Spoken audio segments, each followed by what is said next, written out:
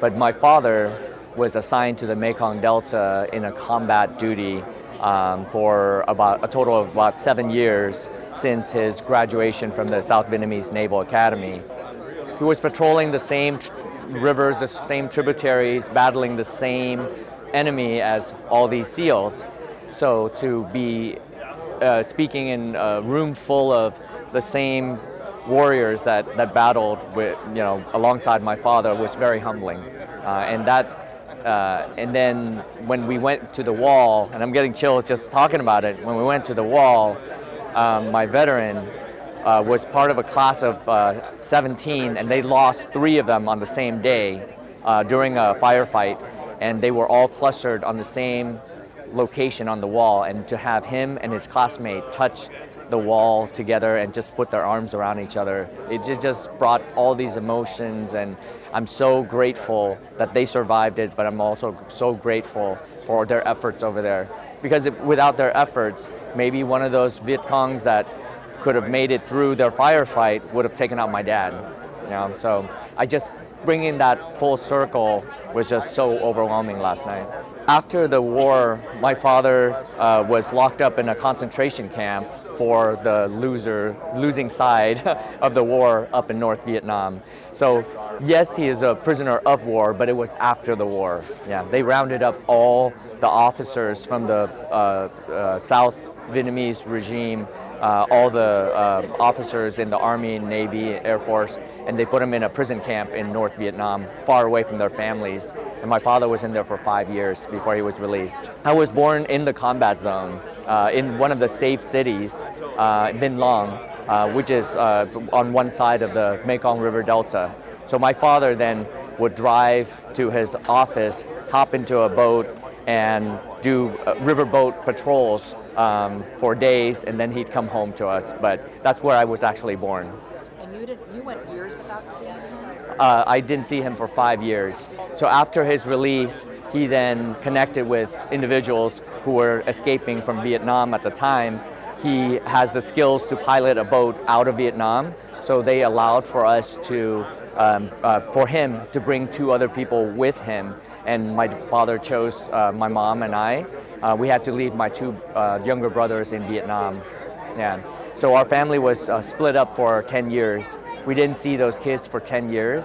When we left, my middle brother was 7 years old, and my baby brother was only 1 year old. And he was still nursing at the time. So my mom nursed him for the last time, and then we hopped onto a bus, and then we headed out, and we didn't see them again for 10 years. That decision is unimaginable to have to choose. Yeah, it was agonizing for my parents, but their idea was that our family unit should stay together, and the only way for the family unit to stay together was for my parents to go. And they chose me because I was the oldest, and at the time Vietnam was, the new government of Vietnam was involved in a war with Cambodia, and they were concerned that I was going to get drafted the earliest, so they took me. But that leaving my middle brother behind did cause some damage to him emotionally, because he was 7 years old and he remembers being left behind. When my parents realized that we had made it out on the second night, we knew that we made it out and that we weren't going to be captured again. My mom totally lost it, because she knew that she wasn't going to see her babies again for a very long time. And then how were you guys reunited? So there was a sponsorship program to reunite families. We filled out all the paperwork and then just waited for the process to play itself out. Unfortunately for us, the paperwork process in Vietnam wasn't very smooth, despite all our best efforts. So it delayed them coming over for about 4 extra years. But after 10 years, we flew them over one at a time. Yeah. And fast forward to today. Yeah. So that was 91 and 92. And now the baby that we left behind is now married with 2 kids. He's a senior manager at Johnson & Johnson. He lives in Orange County with his wife and kids. My middle brother came over, went to college and became an accountant. He's married with 2 kids living in Los Angeles. So we really struggled. When we first came over, my father didn't have a vocation that it was usable here. He was in the military for all of his 20s, and then he was in prison for part of his 30s. And so when we came here, he needed a usable skill. He wanted to go to college, but we didn't have the means to do that. So then we moved from Virginia to Washington State, and then down to Pasadena, all by Greyhound bus. In Pasadena, he was able to go to a community college, get an associate's degree, and get us out of poverty. So that process lasted about 4 years. But at one point, we were so poor, we couldn't afford our portion, our half of the rent, sharing a 2-bedroom, 1-bath apartment with 3 other men. So there were 5 adults and 1 child in that apartment, and we couldn't afford our portion of the rent. So we were essentially on the fringe of being homeless. So my father searched around and found a couple that rented out their garage for $250 a month. They put plywood on the walls, put a layer of carpet on the cement floor, hung a couple of halogen lamps, put a curtain between the two, and for the 2 beds. And that's how we lived for 2.5 years. It's where I learned, I did all my homework under those halogen lamps. We cooked outdoors in the courtyard between the garage and the main house because they didn't want us to use their kitchen. But we survived for 2.5 years, and we moved out of that in January of '88, and in fall of '91 I started at UCLA as a freshman.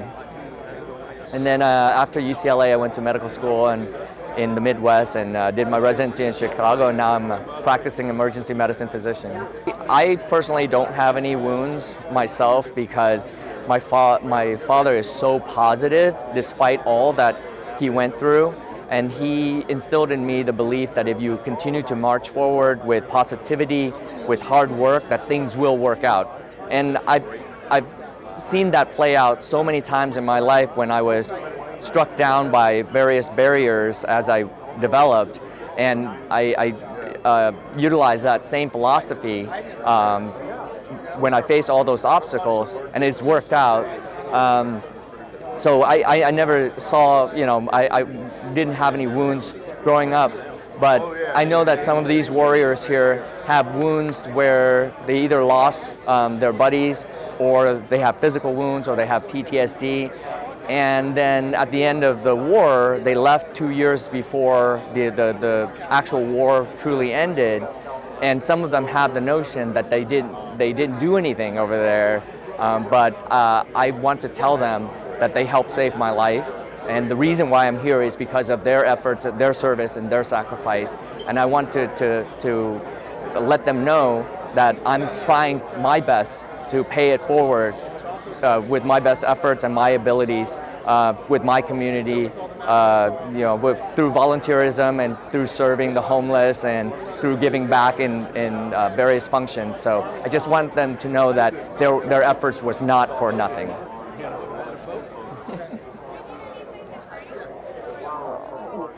Thank you.